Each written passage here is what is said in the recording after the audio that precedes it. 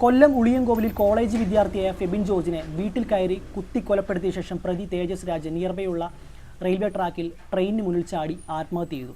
ഇന്ന് രാവിലെ Instagram open ചെയ്യുമ്പോൾ ഞാൻ കാണുന്ന ഫസ്റ്റ് ന്യൂസാണ്. കേരളത്തിൻ്റെ ഒരു പോക്ക് എങ്ങോട്ടാണെന്ന് ആലോചിക്കുക.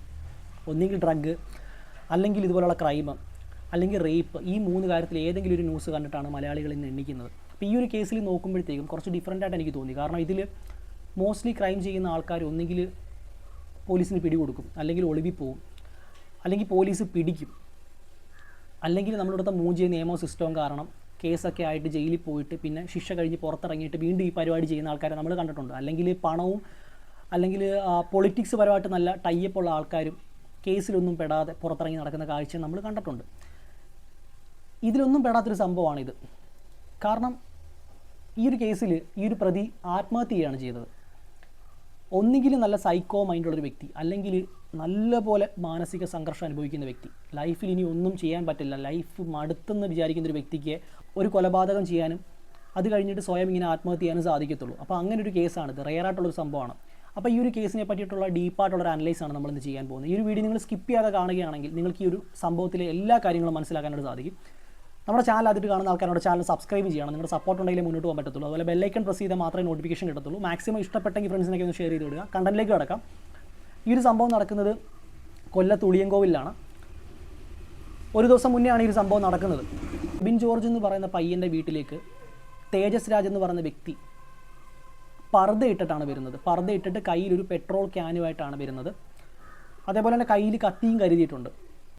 അങ്ങനെ വീട്ടിൽ വരുന്ന ടൈമിൽ ഫെബിൻ്റെ വീട്ടിൽ ഫെബിൻ്റെ അമ്മ, അച്ഛന്, ഫെബിൻ, ഇവർ 3 പേരെ ഉള്ളായിരുന്നു. ഫെബിനൊരു സഹോദരിയുണ്ട്. ഈ ഒരു സഹോദരി കോഴിക്കോട്ട് എന്തോ ജോലിയുടെ ഭാഗമായിട്ട് പോയിരിക്കുകയാണ്. അപ്പോൾ അങ്ങനെ ഈ ഒരു വ്യക്തി ഇവരുടെ വീട്ടിൽ വന്നിട്ട് കയ്യിലുള്ള ഈ ഒരു പെട്രോൾ എടുത്തിട്ട് ഫെബിൻ്റെ അച്ഛൻ്റെ നേരെ എടുത്തൊഴുകിയാണ്. അങ്ങനെ എടുത്തൊഴിച്ചപ്പോഴത്തേക്കും ഫെബിൻ്റെ അച്ഛൻ തടയുകയോ മറ്റോ ചെയ്തു. ആ ടൈമിൽ കത്തി എടുത്തിട്ട് ഫെബിൻ്റെ അച്ഛനെ കുത്തി. ഫെബിൻ്റെ അച്ഛൻ്റെ കാര്യം പറയാൻ വിട്ടു. ഇപ്പോൾ ക്രിട്ടിക്കൽ സിറ്റുവേഷനിലാണ്, ഹോസ്പിറ്റലിലാണ്, ആൾക്കും കുത്തേറ്റിട്ടുണ്ട്. ഈ ഒരു ഫെബിൻ അച്ഛനെ ഉപദ്രവിക്കുന്ന സമയത്ത് ഫെബിൻ മുറിക്കകത്തുനിന്ന് പുറത്തേക്ക് ഇറങ്ങി വന്നു. ആ ടൈമിൽ ഫെബിനെയും കത്തി വെച്ചിട്ട് മാരകമായിട്ട് കുത്തി പരിക്കേൽപ്പിച്ചു. അതായത് നട്ടലിന്, കഴുത്തിന് അത്രയ്ക്ക് ഹാർഡായിട്ടുള്ള ഇഞ്ചുറിയാണെന്നാണ് അറിയാൻ സാധിച്ചത്. അങ്ങനെ ഫെബിന് കുത്തുകൊണ്ടിട്ട് വീടിന് പുറത്തേക്ക് ഇറങ്ങി ഓടി, പുറത്ത് പോയി വീണിട്ട് ബ്ലഡ് വാർന്നാണ് മരിക്കുന്നത്. പിന്നെ അടുത്തുള്ള കുറേ ആൾക്കാർ കണ്ടിട്ടാണ് ഹോസ്പിറ്റലിലേക്ക് കൊണ്ടുപോകുന്നത്. അതിന് മുമ്പായിട്ട് ആൾ മരിച്ചു പോയെന്നാണ് അറിയാൻ സാധിച്ചത്. സോ ഈ ഒരു സംഭവത്തിൽ ഫെബിൻ്റെ അമ്മയ്ക്കൊന്നും പറ്റിയിട്ടില്ല. ഈ ഒരു സംഭവം നടന്നതിന് ശേഷം ആ ഒരു സ്ഥലത്തുള്ള നാട്ടുകാരെല്ലാം സത്യം പറഞ്ഞാൽ ഞെട്ടിയിരിക്കുകയാണ്. കാരണം വേറൊന്നുമല്ല, ഈ ഫെബിൻ എന്ന് പറഞ്ഞ ഈ ഒരു കൊല്ലപ്പെട്ട വ്യക്തിയും അതേപോലെ ഒരു കൊലപാതകം ചെയ്യുകയും മരിക്കുകയും ചെയ്ത ഈ ഒരു തേജസ് രാജ് എന്ന് പറഞ്ഞ വ്യക്തിയും ഇവരുടെ ഫാമിലി തമ്മിലൊരു ബന്ധമുണ്ട്. ഈ ഒരു ബന്ധമാണ് ഈ ഒരു കൊലപാതകത്തിലേക്ക് എത്തിച്ചത് എന്നുള്ള രീതിയിലുള്ള റിപ്പോർട്ടുകളാണ് ഇപ്പോൾ പോലീസിൻ്റെ ഭാഗത്തുനിന്ന് വരുന്നത്. ഫെബിൻ ജോർജ് പഠിച്ചിരുന്നത് ഫാത്തിമ മാതാ കോളേജിലാണ്. അവിടുത്തെ സെക്കൻഡ് ഇയർ വിദ്യാർത്ഥിയാണ്. ഈ ഒരു തേജസ് രാജ് നോക്കുകയാണെന്നുണ്ടെങ്കിൽ ആൾ എഞ്ചിനീയറിംഗ് ഒക്കെ കഴിഞ്ഞിട്ട് ജോലിയൊക്കെ നോക്കിക്കൊണ്ടിരിക്കുക. ജോലിയൊന്നും ആയിട്ടില്ല. അപ്പോൾ സ്ട്രഗിൾ ചെയ്യുന്നൊരു വ്യക്തിയാണ്. ഫെബിൻ ജോർജിൻ്റെ ഫാമിലി നോക്കിയാലും വലിയ പൈസയുള്ള വീട്ടിലൊന്നുമല്ല, ഒരു മിഡിൽ ക്ലാസ് ഫാമിലിയാണ്. പൈസയ്ക്ക് ഒരുപാട് ഇഷ്യൂസൊക്കെ അവർക്കുണ്ട്. അപ്പോൾ അവരുടെ ഫാമിലി മൊത്തത്തിൽ റൺ ചെയ്യുന്നത് ഫെബിൻ ജോർജിൻ്റെ അച്ഛന് ജോലി ഉണ്ടെന്നാണ് അറിയാൻ സാധിച്ചത്. അതേപോലെ ഈ ഒരു ചേച്ചിക്ക് റീസെൻ്റായിട്ട് ബാങ്കിൽ ജോലി കിട്ടി. അപ്പോൾ അതിൻ്റെ ഭാഗമായിട്ട് ഒരുവിധം കാര്യങ്ങളൊക്കെ അവരുടെ വീട്ടിലെങ്ങനെ സ്മൂത്തായിട്ട് നടന്നു പോകുന്നുണ്ടായിരുന്നു. ഇവർ തമ്മിലുള്ള റിലേഷൻ എന്ന് പറയുമ്പോഴത്തേക്കും ഈ ഒരു വ്യക്തിക്ക് തേജസ് രാജിന് ഫെബിൻ ജോർജിൻ്റെ സഹോദരി ഇഷ്ടമായിരുന്നു. ഇവർ തമ്മിൽ പ്രണയത്തിലായിരുന്നു. ഈ ഒരു പ്രണയമാണ് ഈ ഒരു കൊലപാതകത്തിലേക്ക് നയിച്ചത്. സത്യം പറഞ്ഞാൽ തേജസ് രാജ് ഈ ഒരു പെൺകുട്ടിയും വർഷങ്ങളായിട്ട് ഇഷ്ടത്തിലാണ്. അതായത് തേജസ് രാജ് എഞ്ചിനീയറിംഗ് പഠിക്കുന്ന സമയം തൊട്ട് ഈ ഒരു കുട്ടിയായിട്ട് ഇഷ്ടത്തിലാണെന്നാണ് അറിയാൻ സാധിച്ചത്. അപ്പോൾ അങ്ങനെ ഈ ഒരു പെൺകുട്ടി ഈ ഒരു ബന്ധത്തിൽ നിന്നും പിന്മാറിയതിൻ്റെ പകയാണ് ഈ ഒരു വ്യക്തി അവരുടെ വീട്ടിൽ പോയിട്ട് കാണിച്ചത്. അന്ന് ഈ ഒരു പെൺകുട്ടി അവിടെ ഇല്ലായിരുന്നു, അല്ലെങ്കിൽ ഈ ഒരു പെൺകുട്ടിയെ മേ ബി ഈ ഒരു വ്യക്തി കൊലപ്പെടുത്തിയാണ്.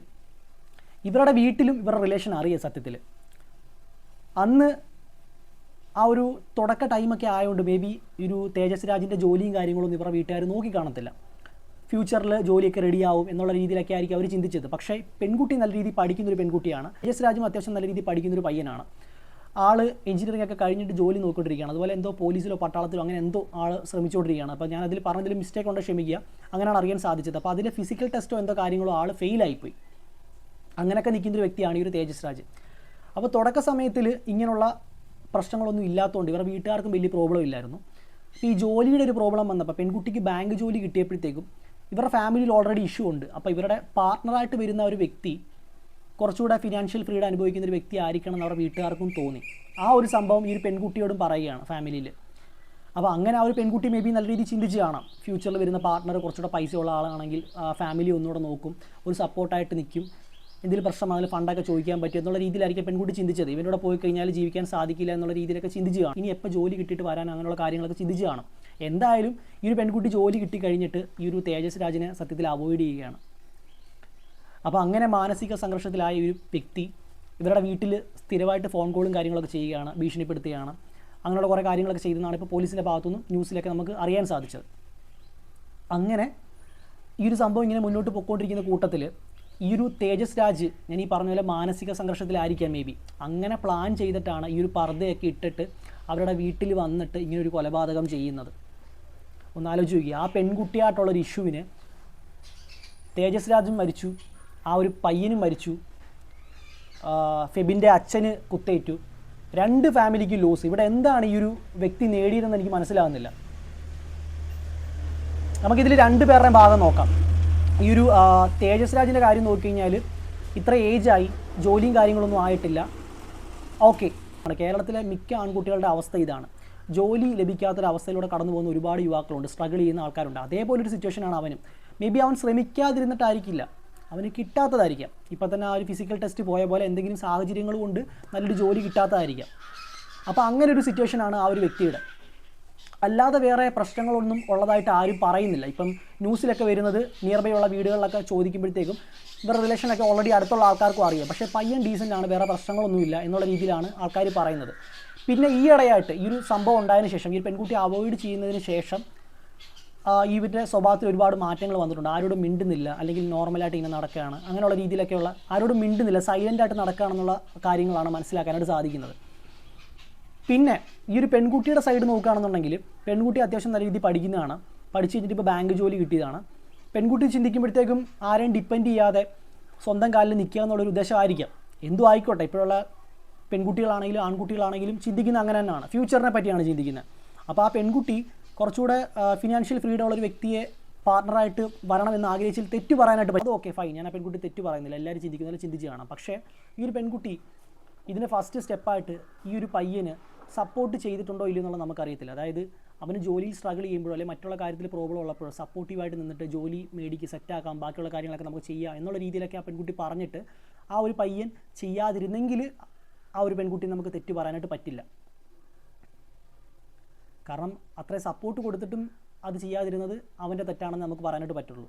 മറിച്ച് ഒരു രീതിയിലും സപ്പോർട്ട് കൊടുത്തിട്ടില്ല, ഈ ഒരു ജോലി കിട്ടിയപ്പോഴത്തേക്കും പെട്ടെന്ന് അവനിനി എന്ന് ജോലി കിട്ടാനാ അല്ലെങ്കിൽ എന്ന് ഡെവലപ്പ് ആകാനാന്നൊക്കെ ചിന്തിച്ചിട്ട് വീട്ടുകാരുടെ ആ ഒരു ഫോഴ്സിനും അല്ലെങ്കിൽ പെട്ടെന്നൊരു ചീറ്റിങ് ചെയ്തതാണെങ്കിൽ ഒരിക്കലും ആ ഒരു പെൺകുട്ടി നമുക്ക് അനുകൂലിക്കാനായിട്ട് സാധിക്കത്തില്ല ഈ ഒരു കാര്യത്തിൽ. കാരണം ആരാണെങ്കിലും ഒരു പാർട്ട്ണർ അല്ലെങ്കിൽ ലൈഫിൽ നമ്മളൊരു റിലേഷനിലോട്ട് പോകുമ്പോഴത്തേക്കും ആ ഒരു വ്യക്തിയെ സപ്പോർട്ട് ചെയ്തിരിക്കണം.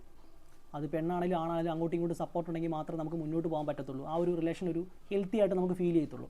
ഇവരുടെ കാര്യത്തിൽ അങ്ങനെ ആണെങ്കിൽ പ്രോബ്ലം ഇല്ല, അല്ലെങ്കിൽ ആ ഒരു പെൺകുട്ടിയുടെ ഭാഗത്തായിരിക്കും മേ ബി തെറ്റ്.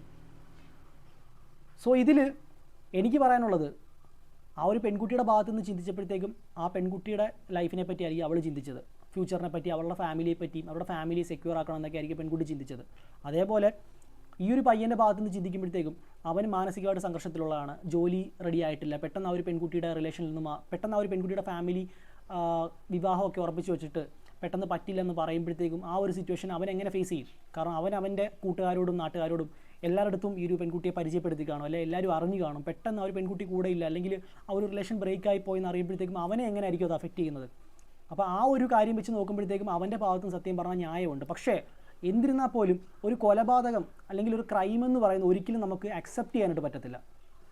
ഒരു റിലേഷൻ ബ്രേക്ക് ചെയ്യുന്നത് മ്യൂച്വൽ അണ്ടർസ്റ്റാൻഡിങ് വേണം. എന്നെ സംബന്ധിച്ച് നമുക്കൊരു റിലേഷനിലാണെന്നുണ്ടെങ്കിൽ എന്തെങ്കിലും പ്രോബ്ലം ഉണ്ടെന്നുണ്ടെങ്കിൽ അത് ഗ്രാജുവലായിട്ട് വേണം പറഞ്ഞു തീർക്കാനായിട്ട്. ഒറ്റയടിക്ക് വന്നിട്ട് ഇതുപോലെ എന്തെങ്കിലും റീസൺ പറഞ്ഞിട്ട് പറ്റില്ല, നാളെ തൊട്ട് നമുക്ക് റിലേഷൻ ബ്രേക്ക് ചെയ്യാം, നാളെ തൊട്ട് ഇത് മുന്നോട്ട് കൊണ്ടുപോകാൻ പറ്റത്തില്ല എന്ന് പറയുമ്പോഴത്തേക്ക് ആണായാലും പെണ്ണായാലും പെട്ടെന്ന് അക്സെപ്റ്റ് ചെയ്യാൻ പറ്റത്തില്ല. എല്ലാവരുടെയും മൈൻഡ് ഒരുപോലെയല്ല, എല്ലാവരും അത് നോർമലായിട്ട് എടുക്കത്തില്ല. നോർമലായിട്ട് എടുക്കുന്ന ആൾക്കാർക്ക് അത് പ്രോബ്ലം ഇല്ല. അല്ലാത്ത ആൾക്കാരെ സംബന്ധിച്ച് എന്ത് റീസൺ ആണെങ്കിലും പെട്ടെന്ന് അക്സെപ്റ്റ് ചെയ്യാനായിട്ട് പറ്റത്തില്ല. അപ്പോൾ അതുകൊണ്ട് ഇവർ തമ്മിൽ എന്തെങ്കിലും പ്രോബ്ലം ഉണ്ടെങ്കിലും അത് ഒറ്റയടിക്ക് പറഞ്ഞു തീർക്കാതെ ഗ്രാജുവലായിട്ട് അവന് മനസ്സിലാകത്തക്ക രീതിയിൽ പറഞ്ഞു തീർത്തിരുന്നെങ്കിൽ ഇങ്ങനൊരു ഇഷ്യൂ ഉണ്ടാകത്തില്ലായിരുന്നു. അത്രയും മാനസിക സംഘർഷം വന്നിട്ടാണ് ആ പയ്യൻ ഇങ്ങനൊരു പരിപാടി കാണിച്ചതെന്നാണ് എനിക്കൊരു സംഭവം കണ്ടപ്പോൾ മനസ്സിലായത്.